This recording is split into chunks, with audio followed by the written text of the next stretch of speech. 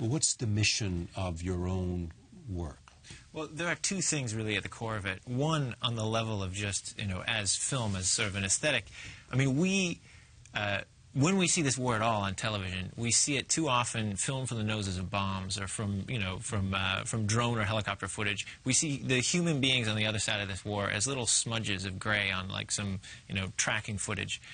The cameras very seldom are on the ground and show those people as human beings on the other side of this whole media and military apparatus. So a starting point for us in our work is always to try to make the people who live this war on the ground, who live under the sound of the drones every day in Yemen and Pakistan, who live through night raids in Afghanistan, to make them into human beings that people can relate to and find a human connection to. But it is the point, and in terms of trying to understand, the point is that war is this awful thing in which innocents get killed, which is not new, has been. Right.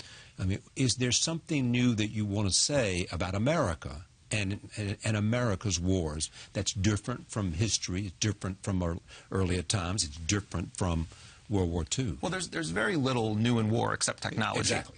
And we weren't trying to be masters of the obvious by calling it dirty wars. It was sort of a pushback on this idea. The president and his advisors... That wars can be clean. Of course, right. But I think the president and his advisors have done a very effective job of convincing liberals that this is a cleaner way of waging war, that we're sort of... more effective, efficient. Both of those, exactly. That we're sort of systematically taking down these terror networks. And of course, we can be more precise, they argue. Exactly, right. And the blast radius of a missile fired from a drone is much smaller than a Tomahawk cruise missile. And they'll even argue on that technical level. But for me, we have a national security policy. I've come to the conclusion that our national security policy is degrading our national security. And that's a pretty shocking thing to recognize as an American. Meaning because of our national security policy, we're not as secure as a nation as we would be otherwise. I think that we are operating out of fear in our society and have been doing that since 9/11 on a domestic level with things like the Patriot Act and the sort of acceptance of this hyper security over our civil liberties. I think we've gone way overboard.